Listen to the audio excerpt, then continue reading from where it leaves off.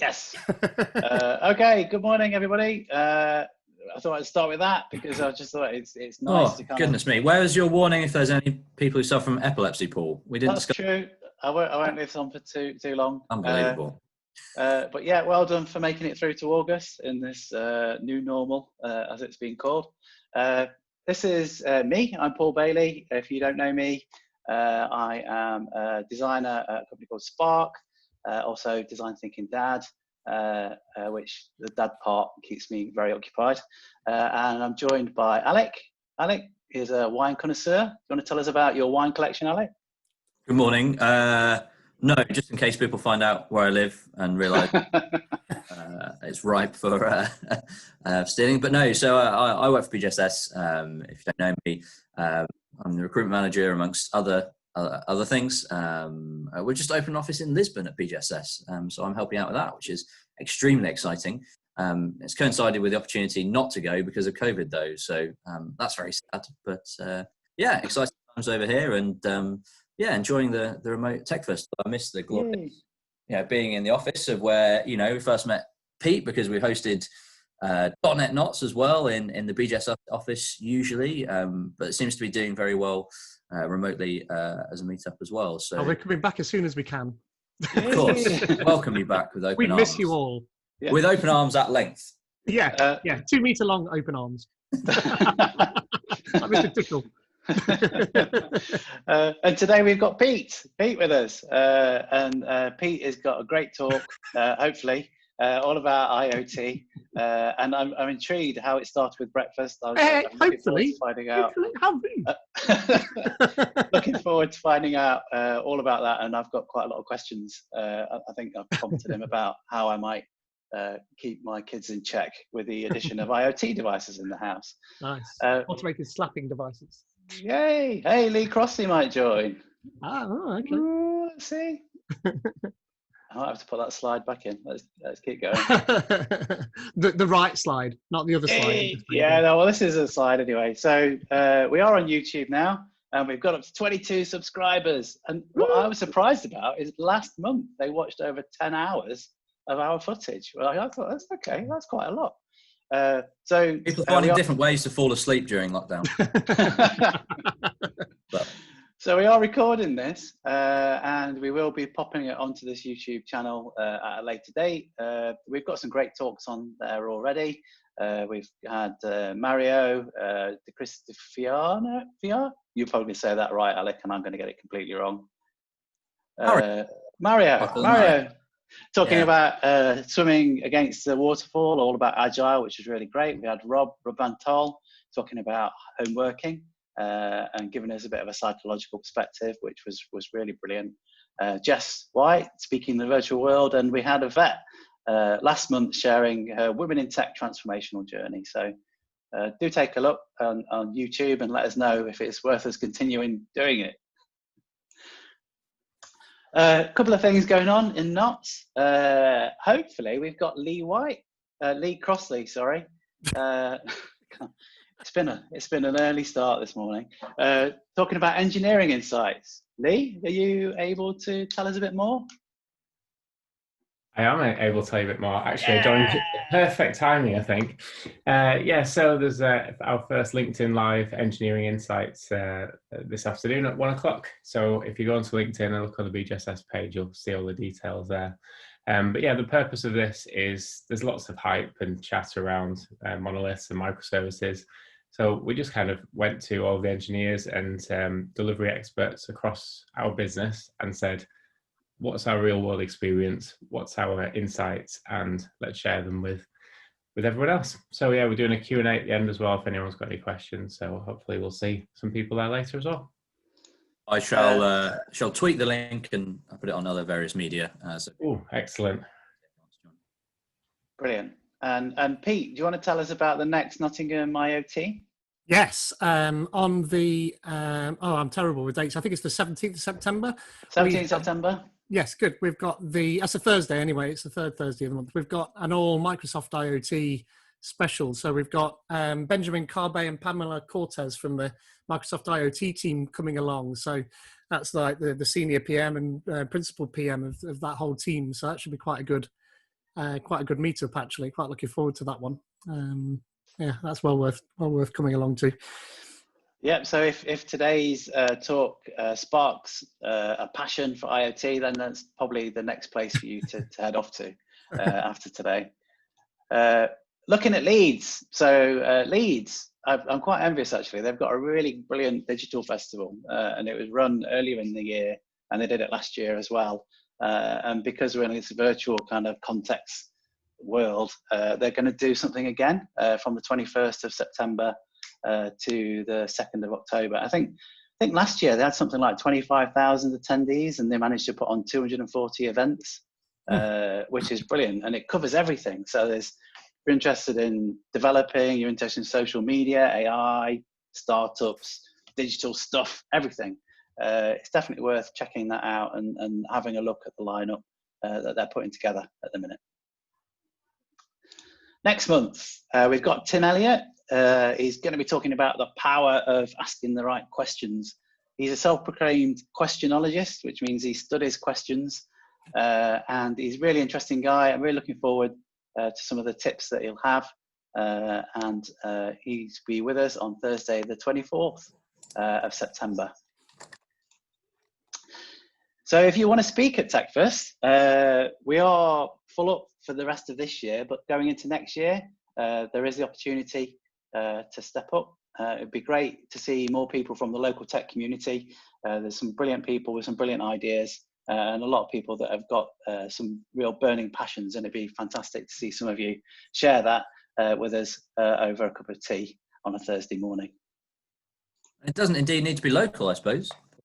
It doesn't. I like it if we can make it local, because I think it's really great to kind of champion the local talent that we've got in and around Nottingham.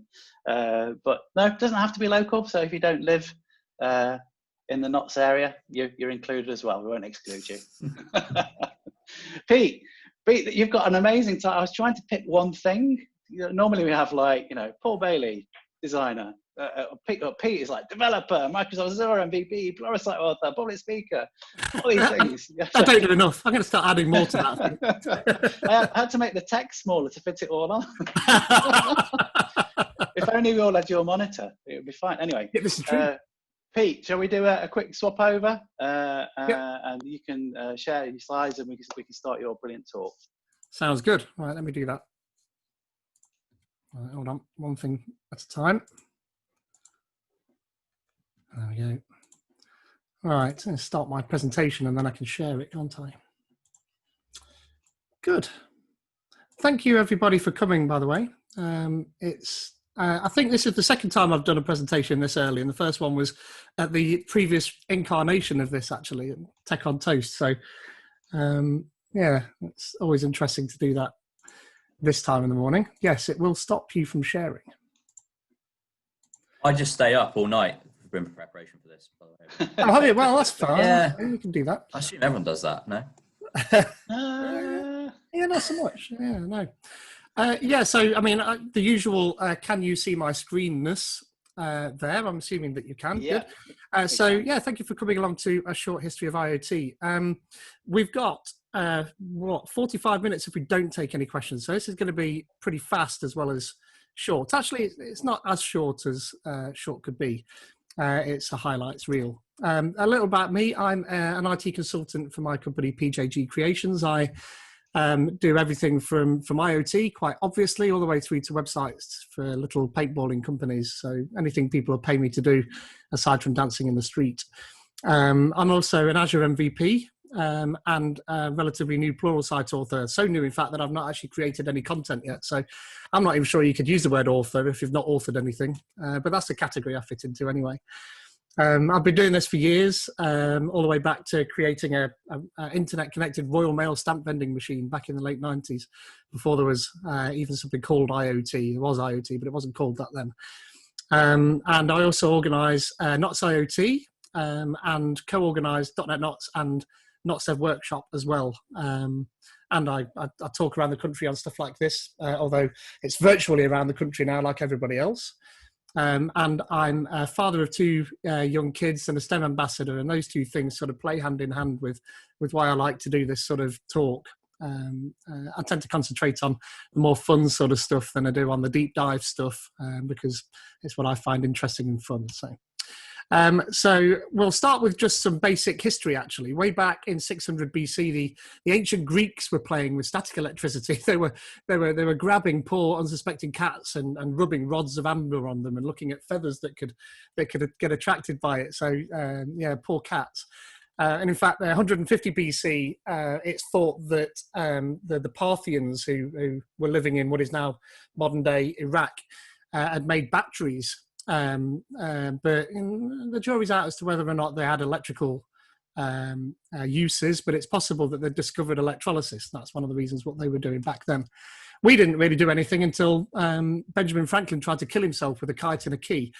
But he did influence quite a lot of the information and knowledge we had at that time. In 1822, we got Babbage's difference engine and counting machine and all of those different things. And then in 1824, we got the electromagnet, which would go on to play a huge part in technology going forwards. Then 1864, Maxwell, he proposed how to combine the theories of electricity and magnetism into electromagnetism. And then we got radio in 1887, which annoyed everybody with wires. And then in 1947, so a big leap there, we got the first working transistor. Obviously, other things did happen in that time. 1969, we had ARPA's ARPANET and the first message sent there. And then IPv4 in 1981. And then we got the World Wide Web proposed by Tim Berners-Lee in 1989. And then in 1990, the first public-facing web page. And there'll be a test at the end, so you best remember all that. I'm actually going to start with the telegraph in history. And the reason why I do that is because I think this is actually the first IoT device. And the reasons will become apparent. But going through it, it was actually invented way back in 1809. And people have been playing with the newly created batteries, and they were passing current through liquids, and they noticed that bubbles would come out. And what they'd actually discovered was water splitting.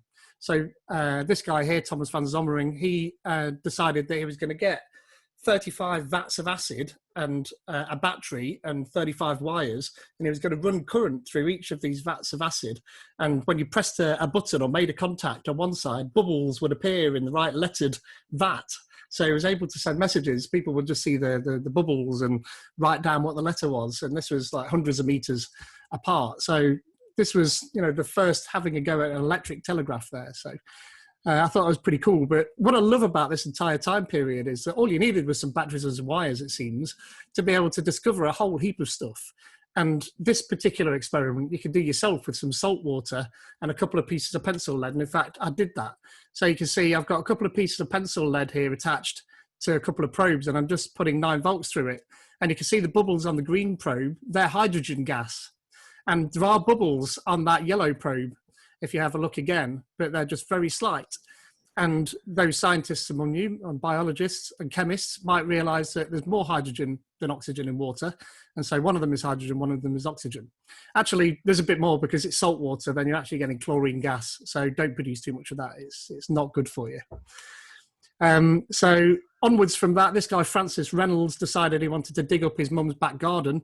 And so he put 8 miles worth of cables in that image you can see there between some insulators. And he just used static electricity to be able to demonstrate that he could transmit a signal of sorts from one end of this 8-mile cable to the other almost instantaneously. He thought it was instantaneously, of course, because there was no such thing as the speed of light back then. And if that wasn't good enough, he decided then to dig up underneath his mum's garden and make a transmitter underneath there. So she must have been particularly happy with that. In 1820, though, Hans Christian Ørsted, which it turns out he was a friend of Hans Christian Andersen, who would have known, just copied his name as well. But what he realized is that if you passed a current through a wire next to a compass needle, then it would deflect the compass needle. And again, you could try this at home. You can get a cheap compass off the internet and just pass a current through a wire, and you can see that the needle will deflect. And in fact, if you swap those probes around the other direction, pass the current the other way, it will deflect in the opposite direction.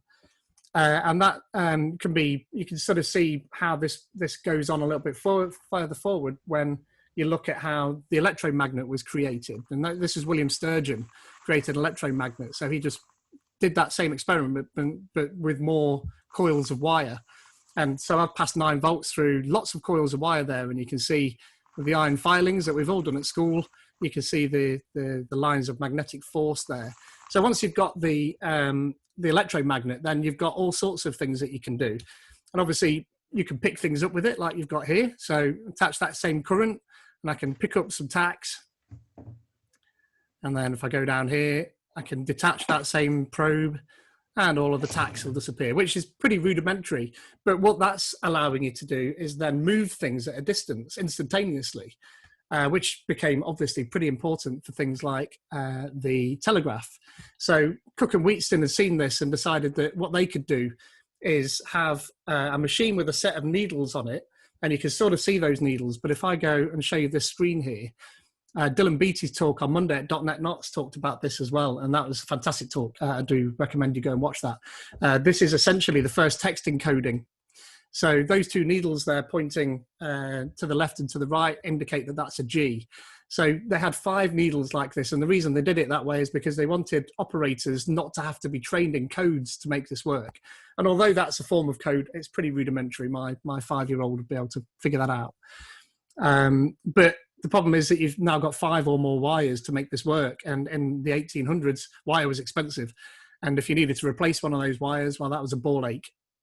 So it wasn't long before Samuel Morse and Leonard Gale and Alfred Vail, but you will recognize the name of Morse, decided they could do this with a code and one single wire. And then they actually began with that just one needle. So they got rid of all of the other 4 needles and just left one. And they had 2 little dots either side, and they would make different sounds, different sorts of metal. So dink, dink, dunk, dunk would make, the dots and the dashes. And of course, in the vein of what we've been doing, I built one. So this is a really simple telegraph machine. So on the right-hand side at the top, you can see I've just got some nails and a spring. And when I join those 2 nails together, it's joining the whole circuit to the top left, that electromagnet in the top left. So those 3 nails on the top left machine's section, that's the receiver. When the electromagnet's turned on, it's pulling that horizontal-ish nail down towards it. It's not touching the electromagnet, it's touching that nail in the middle, which is making the circuit with the sounder that you can hear there. So this is the basis of how the telegraph was working, of course, pretty simple. What was interesting is that it was originally designed to be punched into paper and people would then read it out of the paper, the Morse code. But after a while, they decided that people could actually understand and learn this as a language. And then obviously with things like the railways and the wars, then this all became standardized and it was the way we went. And then by around 1891, we had transatlantic telegraph cables, and in fact they went all across the world there, all the way down to Australia. The first transatlantic message was sent by Queen Victoria. It took 15 hours to send and receive that message because of the fact that it's like picovolts. You can imagine the distance that this is going over and the battery technology that they had at the time. And in fact, they destroyed the entire cable because they thought they could make it better by increasing the voltage, and that just destroyed the cable because the insulation broke down in the middle of the Atlantic Ocean. And lots of money and time later, you got this sort of a thing. And this is the Electric Telegraph Company in 1901, the Eastern Telegraph Company rather, in 1901. And you can see now that there are multiple different lines all across the world. I mean, this is the reason why I'm saying that is the internet, essentially. That is the transmission of information globally, almost instantaneously. It obviously revolutionized messaging, because normally to get messages from one side of the world to the other would take months, and in fact, if they even got there at all. So that was pretty cool. In fact, this Eastern Telegraph Company became Cable and Wireless in the 1930s. So a little fact there. Jumping onto that same technology became quite important with the telephone. And in fact, if you think that Alexander Graham Bell created the telephone, you'd be very wrong. It was created in 1854 by this guy, Antonio Meucci. He was dabbling with electrotherapy at the time, and the experiments that this guy was doing to be able to do what he was doing. But he was sticking copper probes in people's mouths and putting wires in his ears, and he thought he could hear sound. And it is possible that he could hear something, but unlikely. I think he was just having fun. But by 1856, though, he'd got so invested in this that he actually did make the first telephone of sorts. It could transmit a frequency. It wasn't really any good at transmitting any form of voice, but it just had a diaphragm and a conductor, and you could change the resistance. It was made out of tin, but it was kind of spurred on by the fact that his wife had really bad arthritis, and she was stuck in the bedroom upstairs, and he was working in his basement downstairs, and he wanted a way of communicating. So he didn't get very far. He'd had no money for patents. He made about 30 models and demonstrated it everywhere, and nobody wanted it. In fact, some of the people he demonstrated it to kept his materials even. So I guess he wasn't a particularly happy guy. But by 1857, Philip Rees had created something which was almost workable, and he'd carved the first version out of oak, and he made an oak ear. And I mean, you can see why they'd do that, because it's a pretty good receiving device.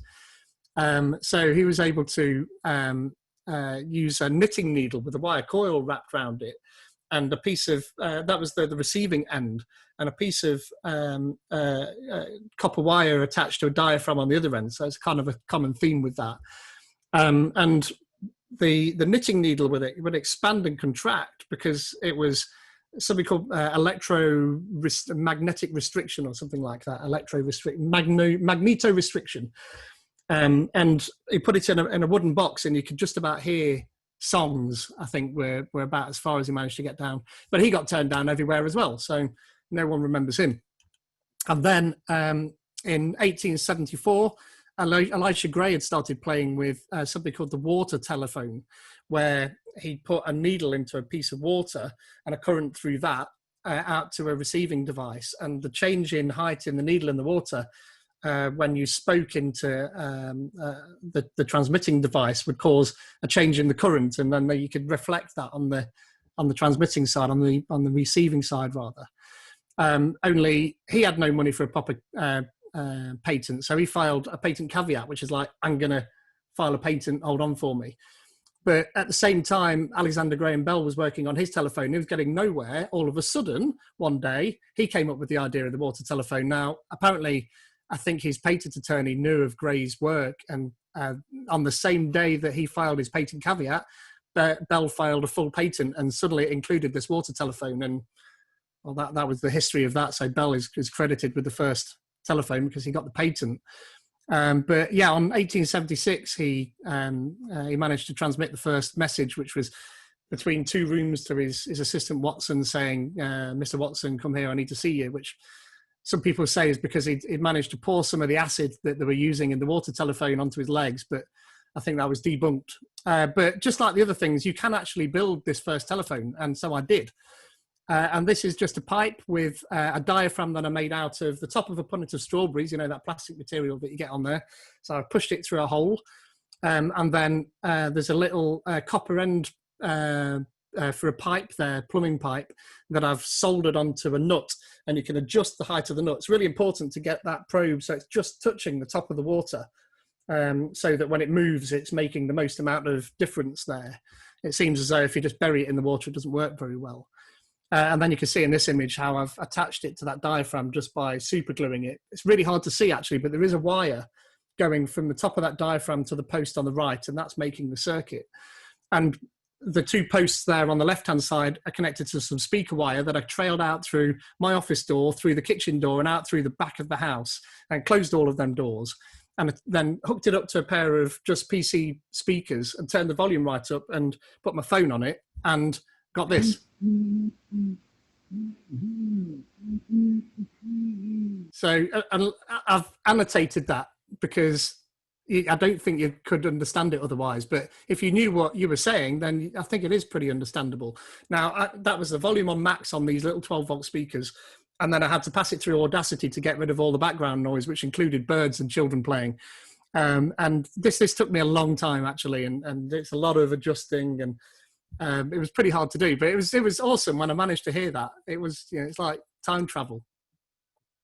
But yeah, by 1860, people were playing with radio, and that really annoyed everybody who'd been laying cables all over the world, let me tell you. But back in 1864, Maxwell had proposed his theory of electromagnetism, and Heinrich Hertz had spotted this work, and he decided to to have a go at it and see if he could produce actual radio waves, and he did that by creating something called a spark gap transmitter. So all of that is just an inductor and a capacitor in a circuit with a battery, and you manage to ramp it up with a transformer, and you can create quite high voltages at the other end, and they would jump a spark gap, and when it does that, it produces a wide spectrum, illegally these days, of radio waves, and you can actually detect those rudimentarily. But some of the best work was created by a guy called Marconi, which a lot of people will recognize the name of.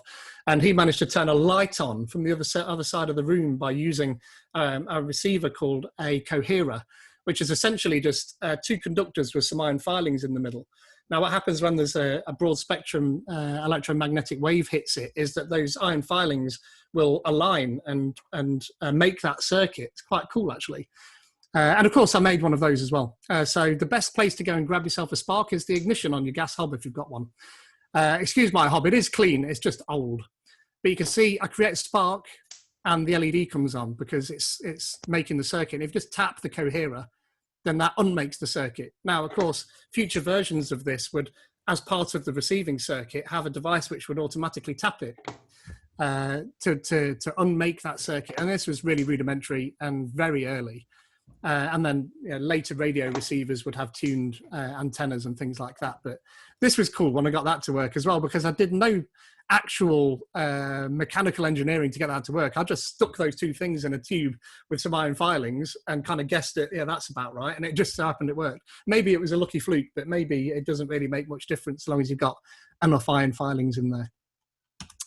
And then in 1878, Tesla, he started playing around with radio, and he made the first radio-controlled boat. I think it had military applications for torpedoes and things like that. And then he moved on to trying to transmit AC voltages at distance, which is crazy, but he was doing that.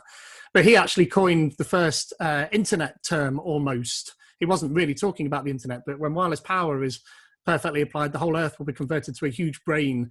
And really he was talking about the wireless transmission of power, but the implications are the same nonetheless. There's his boat. Looks more like a coffin, either way. Moving on through time, the computer, and obviously what you can see there is Babbage's difference engine. Actually, that's not Babbage's. That was reproduced. He never actually created it. He just planned it. And then the Science Museum, I've got one that somebody built. But actually the first computer, if you will, was a loom, a sort of semi-automated loom that Basil Bouchon made way back in 725, and it ran off punch tape. And he took his idea from those automated pianos. What it does, the dots are placed in various positions, and they stop or allow the different parts of the fabric to be allowed through the holes. It's quite clever, actually. But he didn't get as far as everybody wanted with that. But 1745, Jacques de Volkensen, he made a fully automated version of that didn't need people involved. So that was pretty cool. He also made the first robot, as it happened. He made an automated flute player, which I've not put a picture on there. But he also made an automated tambourine player and a digesting duck. Sadly, none of these models actually survived, but pictures of them do. Go and check them out. It's quite wacky what he was doing. Hold on. You can't mention a digesting duck and not explain. Maybe I'm just ignorant. Well, if we've got time at the end. Okay. All right. Sorry. I'm frantically searching now on the internet. Yeah, do it. You can bring the webpage up when I'm done. It's weird. I'm telling you. There's a drawing of what looks like a very plush front room with these inventions in it, and yeah, it's odd but cool at the same time. The most important version of this line of machines was the Jacquard loom, which is very similar to the previous machines, but it's just an invention on an invention, where it was just better at doing what it was doing. And then Babbage created his difference engine, which was to solve logarithmic equations, which are hard if you've ever tried to solve them. He never built it. He just came up with the ideas, and he went around the world, his world, speaking about it. And he went over to Turin and gave a talk. And a guy over there then wrote about what he was talking about, but obviously in Italian. So in 1842, Ada Lovelace was working for him, and she could speak Italian, and they asked her to translate this written down version of Babbage's talk back into English for them. And when she was doing that, she'd already been working on it, and she'd started adding notes to this translation. And some of the notes there were to solve Bernoulli numbers. And because Babbage was actually, it created programs to solve logarithms already, essentially. But Ada Lovelace wrote these notes in this document that then became published. She was the first published programmer. Now, some say that Babbage actually created a lot of her algorithms, but I don't know.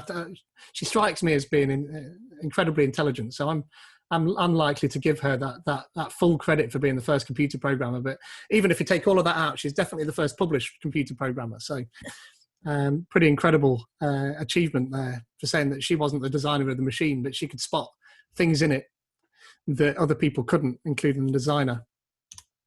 1904, we got the valve, which obviously would then go on to be really important. I'm not going to speak too long about the vacuum tube because I've not got all that much time, but that allows one-way current and current amplification and things like that.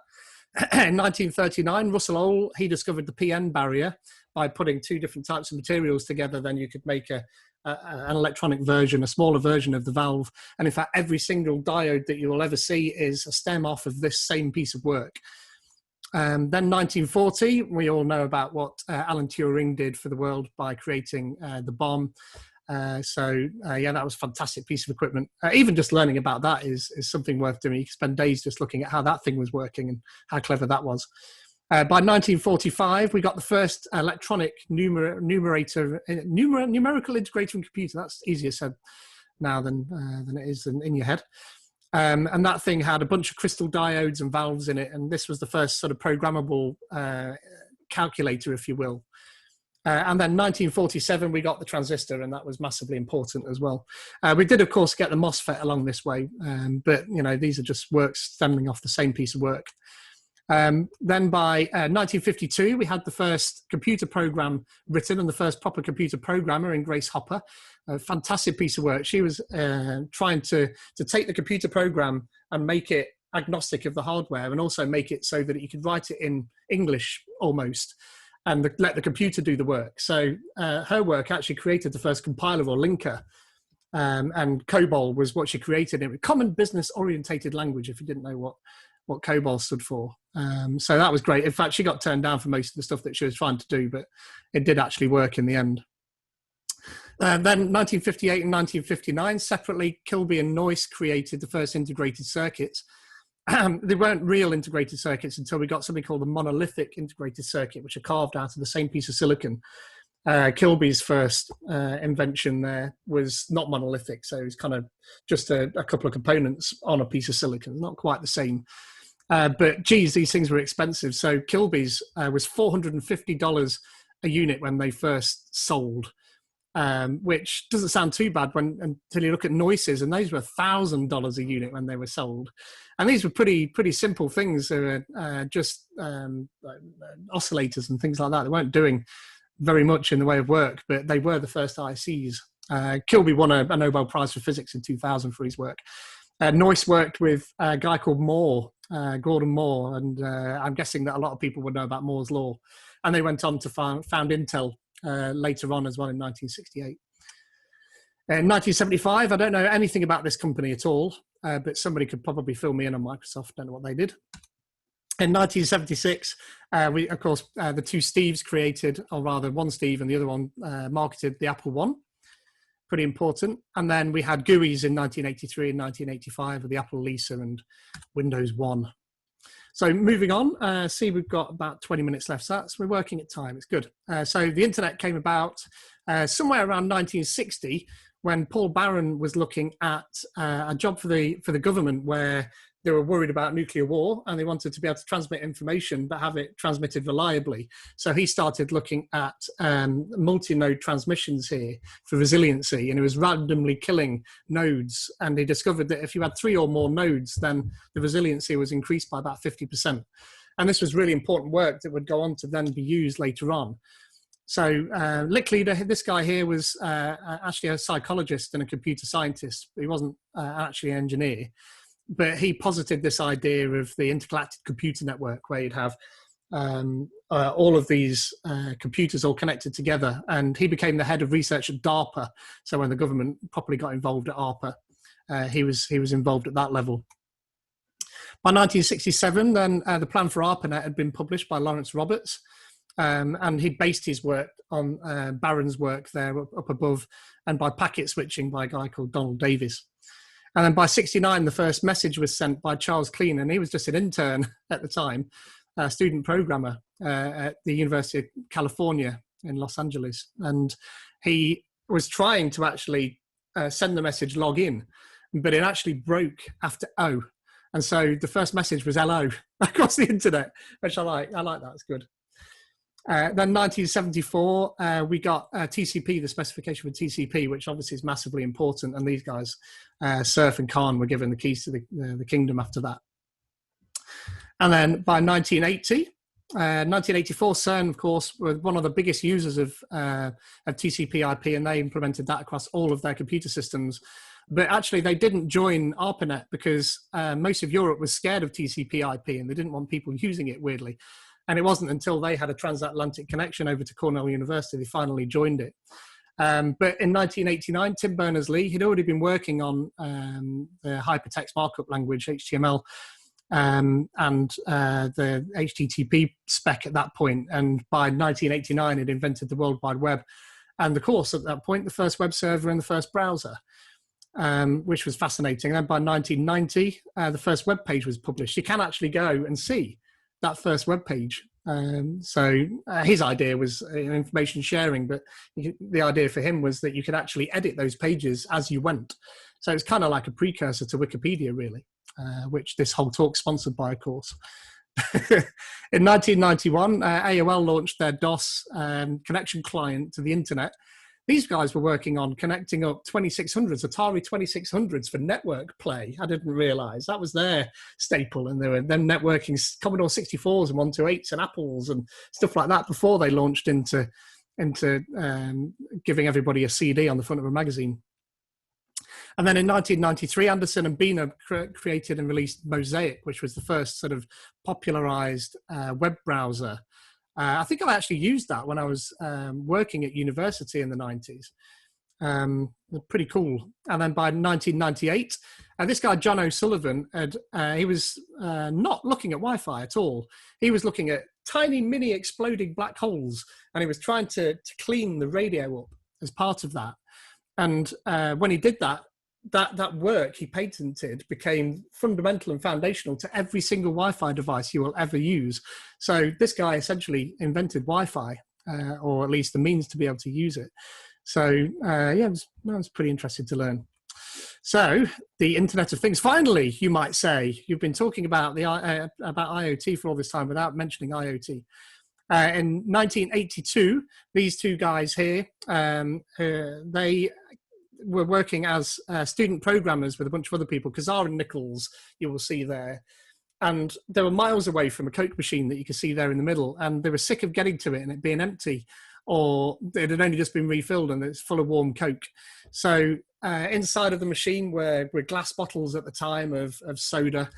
And they dropped down into position and they fitted micro switches in the machine and a clock so that they could interrogate how full the machine was and how recently it had been filled. And Ivor Durham created something called Finger interface. So Finger was used to be able to detect when people were online. And so you could send a call to this Finger interface and it would give you a response back, very much like what you can see at the bottom. So people then would do this before they ever went walking miles down the corridor to the Coke machine. So way back in 1982 was the first Coke machine. They carried on operating this thing even when Coca-Cola went, we're not doing anything with that machine anymore because it's too old. And they carried on. They had to put 100 bottles in it a day because it was that popular, that machine. So they kept upgrading it and ended up with TV monitors and all sorts on it. And while they were still operating it, Coca-Cola, they kept telling him to take the stuff back out of it if it needed servicing as well, which must have annoyed him. And then what I classify as the first IoT device, and if you've been to any of my talks, this is the one I hold up as the first IoT device, was the Smart Toaster by John Romkey. He'd been to the InfoSec conference in 1989, and of course, Tim Berners-Lee had announced his internet at that point, and the organizer of InfoSec went to Romkey and went, "I'll challenge you next year to hook something up." So he did, and he bought this smart toaster, and when you turned the power on to these smart toasters, the toast would go down and start toasting your toast. So what he did was just hook up a really rudimentary internet connection through his toaster, but it would just turn the power on and the toast would go down. You still need to put the toast in and everything. The following year, he'd built a robot to put the toast in as well, but, you know, time had passed at that stage. This is the reason why I say it starts with breakfast. Pretty much does start with breakfast there, in my estimation. Toast and coffee, as it happens. In 1991, Quentin Stafford Fraser and Paul Jajarski, apologies for my terrible pronunciation, created the world's first webcam so they could monitor how much coffee was in their machine. And you can go and have a look at the webpage for this as well. You can see the last remaining pictures, and it was pretty much just either full or empty, this machine, it seems. Didn't actually tell them much more than that, I don't think. But yeah, that was connected to the internet in 1993, and people were able to dial in and see how the coffee was going. And in fact, they had people in Japan sending them messages saying, "Can you please leave the lights on all night? Because when we check it, the lights are off and we can't see anything." So yeah, that's quite funny. We didn't actually get the term IoT until 1999, when Kevin Ashton was doing a proposal to Gillette, and he was working on RFID technology, and he wanted to be able to put RFID tags and everything, and he couldn't come up with a decent title. So his title of his talk was The Internet of Things. So that's when we got that term. And then by 2000, we got the first internet connected fridge. And again, if you've been to any of my talks, you'll have seen the guy who'd wired up his fridge so it would play music when he opened it, which broke then. And he went out and left his wife at home with a fridge that was constantly playing Ice Ice Baby for hours. She wasn't particularly happy. This thing was incredible, though. It had a TFT LCD that could play TV and MP3, and it could tell you what was inside your machine, had a scanner on it that would scan it in and out. And I complain about these things because they're a waste of power, but actually this one was twice as efficient as the others on the market at the time that weren't connected to the internet. So I take my words back. I don't take them back in the fact that it cost £20,000 to buy. So you're just putting all your costs up front. 20 grand. Geez, no, just check the fridge yourself. By 2002, we got the Roomba. Actually, this technology was based off a government request to search the remains of the Twin Towers with a robot. That's how iRobot actually started their work. And they also used that same technology to scan the inside of the Great Pyramid of Giza, which I remember watching the program and not realizing that it was about that. Oh dear. Yeah, obviously these things do go wrong all over the place. They do strange things. Don't leave them at home with your smart scales.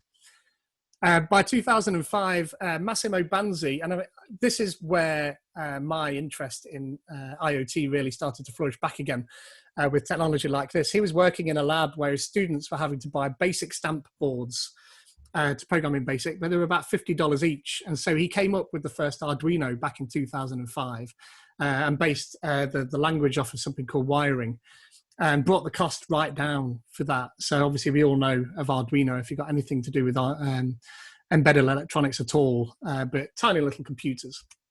And in fact, in 2006, the very first Raspberry Pi was based on an 80 mega chip. It wasn't a full computer back then. Eben Upton, when he created this thing, his background was with the BBC and Acorn Technologies stuff. It's how he grew up, and he spotted that people were losing the ability to program because people like us that grew up in that era had ZX Spectrums and BBCs and things, and we were programming naturally because he couldn't do very much else. But so he created the first prototype for that and hooked it up to a telly. And if you've ever played with an Archimedes and played with a game called Zarch or Lander, then that is some of the 3D surfaces for that. But I found it interesting. You can actually build that first version Raspberry Pi. The schematics and everything were all available. So it's something I must do. In 2006, then Amazon launched AWS and the cloud became a thing. And in 2007, Steve Jobs released, along with Apple, of course, the first version of the iPhone. 2008, we got Windows Azure, it was called at the time, soon to be just Azure. 2010, Tony Fadell founded Nest because he couldn't find a decent thermostat. What's interesting is Tony Fadell is actually the co-creator of the iPhone and the father of the iPod. He was in charge of that at Apple and then left and founded Nest. So I didn't realize that when I was looking at this. By 2012, we got the Philips Hue bulb, and we can have any color we like in any room now. And then 2014, Amazon launched the Alexa and the Echo. And I classify that as up to date, and I don't see any point in going any further forward than that, because it's not history, really. We've got all of these things now. So that sort of journey all the way from the Telegraph all the way to Alexa is fantastic. But I just wanted to show you one more thing that sort of takes that full circle. And you remember my Telegraph that I made before? Now, I could be demoing all of these things live, but I'm not that brave. I hooked it up to an ESP8266 Arduino, and I've programmed it to decode Morse code. So you can see that's the serial terminal there. So I'm typing in TechFist in Morse code. I had to learn some Morse code. I don't know if you can see that, but that's what I had to write down to do that. But I thought that's not far enough. So I send a special code, and that sends that message up to Azure to an IoT hub, and then onto a service bus and to a Logic app, and tweets that out. So that's kind of full circle in tech there. Twitter really is sort of the modern day Telegraph. So yeah, it took quite a while to get that to work, but the day that I got it all the way to that point, I did go and have a beer later on. So yeah, I was pretty happy with that. And the source is there. It's open source. Go and have a look at that by all means, and see the terrible work that I've done. But it works, so you can't complain that much. And that's about it. So, I mean, if you need to get in contact with me at all, then there's a plethora of different ways. Email and Twitter, obviously, are the two best ways to do that. But you can go and have a look at my other talks on my Peak Codes website and see what my company does at PJG Creations, or look at the various meetup groups that I'm involved with, including the Agile Engineering podcast, which is fantastic. We've just got a new episode out, so do go and check that out. And then later on today, I will upload the slides, probably without the videos, because otherwise it's massive. So do go and check that out. And other than that, are there any questions been popping up?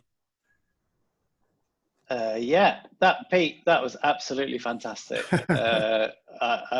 Really, really amazing. I've got to ask you a question first of all. How did you get started making this stuff? I love the fact that you've made tech physical, and I often feel we kind of lose that a little bit because everything's digital and virtual. But I love the fact that you got back into the basics and got into the workshop and started making stuff. So yeah, how'd you get started with that? Well, I mean, Lee came to me and asked me to do a talk for this, and I wanted to create something new.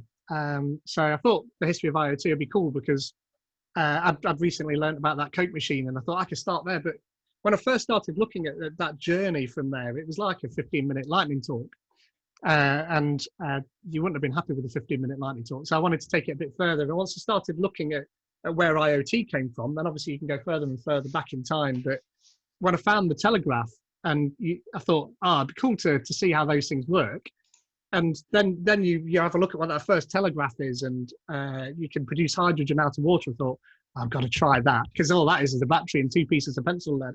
So I went and grabbed two of my daughter's pencils and plugged them in there, and I'd shaved both ends off and hooked a battery up to it, and nothing happened. And if you've got children and pencils, the first thing that happens to the pencils is they get dropped on the floor. So all the lead inside, it's not lead, of course, graphite, inside all your pencils in your entire house are broken. So if you've got children, don't use pencils. Use one of these, look. And you can just grab the graphite out of that and then hook it onto the end of two terminals. So I did that, and bubbles started coming out, and that was incredible. And so I thought, well, I've got to make all of these things practical. So then you look at that whole journey of electromagnets and stuff. And I mean, the part of it is that I've got a lot of this kit hanging around. So magnet wire, normally you'd have to go and buy that. But from the company that I used to work at, I inherited a bunch of old stuff that they didn't want when they closed the company. So magnet wire was one of them. Shed loads of wire, and everybody's got bolts, so you can make an electromagnet quite easily. And again, being a STEM ambassador and having two kids drives you to want to make these things practical. Half the time it's just, come and have a look at this, girls, and they're like, wow, can I have a go? And yeah, that's really what drove me to want to make it practical. And I've never seen a talk done quite like that before either, so I thought I'd do it. Yeah, I love the fact that you're making it physical. Much more kind of tactile when it's hands-on.